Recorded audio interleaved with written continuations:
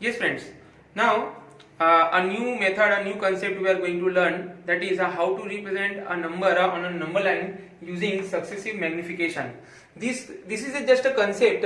This kind of sums are not so much important for your exam oriented, but we have to learn how to represent this kind of number. Okay, so let's start the solution. So here question given is visualize 3.765 on a number line using successive magnification. So this word you must pay attention on this word. Okay, successive magnification. What do you mean by magnification? Magnification means zooming. Okay, so here we will zoom our number line. How to zoom? So we will increase the number of decimal places after that. For first line there is no decimal places, for second line there is one decimal place, then two decimal place, then three decimal place, up to our number comes. We will do that. Okay friend. So first of all see the number, that is 3.765. So on number line this number lies between 3 and 4. This is more than 3 but less than 4. So it will lie between this 3 and 4. So we will start our next number line starting and ending with 3 and 4. Okay, so 3.0 that is 3 and 4.0 that is 4, and in between write the numbers that will have at least one decimal places, that is 3.1, 3.2, 3.4, 3.5, 3.6, 3.7, 3.8 and 3.9. Now again see the question given, that is 3.765. So this 765 will lie somewhere between 7 and 8. Okay, because this is more than 3.7 and less than 3.8. So our next line will start from these 2 points. So 3.7 and 3.8. So you can write 0. So your next number will become 3.71, 3.72. It is, you can see 70, 71, 72. This way it will increase up to, you can say, 80. Okay, so 3.80 is the last number. Okay, now again we observe our number, that is 3.765.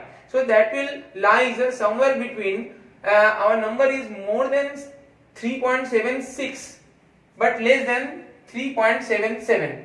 So our number will lie between these two. So our next number line will be started from this number, that is 3.676 and end with 3.77. Now again we have to write the number between that lies between these two numbers. So you can use 0 here, so it will become 60. So again we will write 61, 62, 63 and so on. You can write the numbers. Okay, so after writing this number we can definitely locate our number that is given, that is 3.765. So this is our answer.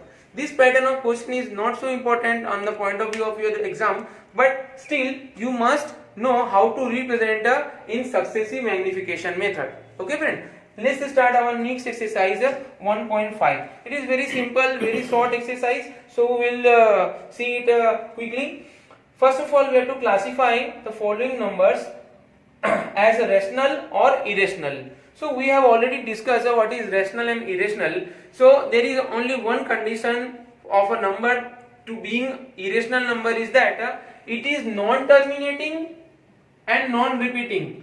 That means 0, 0.1, 001, 0001 and so on. So this is non-repeating and non-terminating numbers. You can say, sir, 00 is repeated. Don't see like that. The pattern is not same. 0101, it is not like that. So pattern is always different in successive numbers, and again it is not terminating. Same way, any number whose root is not possible, so it is also irrational number. Okay friends, and all other numbers are rational numbers. So let's see question number 1. 2 minus root 5. So here 2 is a rational number and root 5 is irrational number. Okay, so if any one of the number out of the two number are irrational, so our whole number will become irrational. So here the whole number that is given 2 minus root 5 is irrational.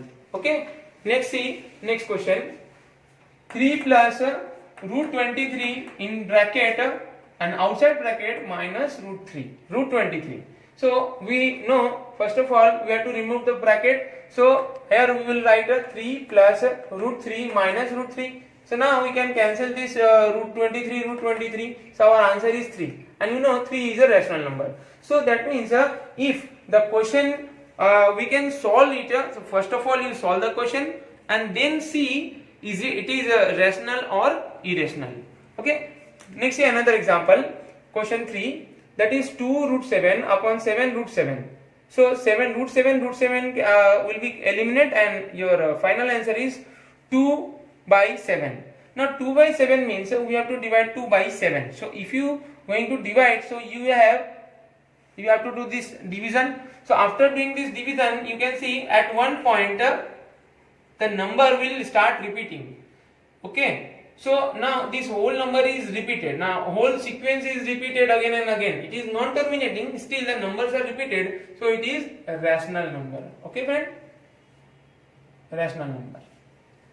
Okay. Next see another question. That is 2 pi given. 2 pi. 2 is irrational and pi is irrational. 2 is rational and pi is irrational. If any one of them is irrational, so our whole number will become irrational. That means 2 pi is irrational. Okay, friend. Let's start second question. So in second question we have to do simplify. Means we have to solve this sum. Okay. So two brackets are given, and in these two brackets no terms are same. So what to do? We write. We have to do this sum by algebraic expression method. In that we used to do, we write this second bracket 2 times and first term on the first before the first bracket and second term before the second bracket we used to write, and then we do the multiply. So here we are going to multiply 3 with 2, so our answer is 6. Here we multiply 3 with root 2, so 3 root 2. Here root 3 into 2, that is 2 root 3, and root 3 into root 2 will be root 6. Okay, friend. Now here no term is like term, so this is only our answer. Okay, let's take another example. This very easy example. Question given is 3 plus root 3, 3 minus root 3. Here one pattern is there, so we can use identity rule. Identity rule says if there is a plus b and a minus b, so we can write a square minus b square, that is square of first term minus square of second term. Here our first term is 3 and second term is root 3. So we can write this as 3 square minus root 3 square. So here our answer is 9 and here 3. So by solving them we will have 6 as our final answer.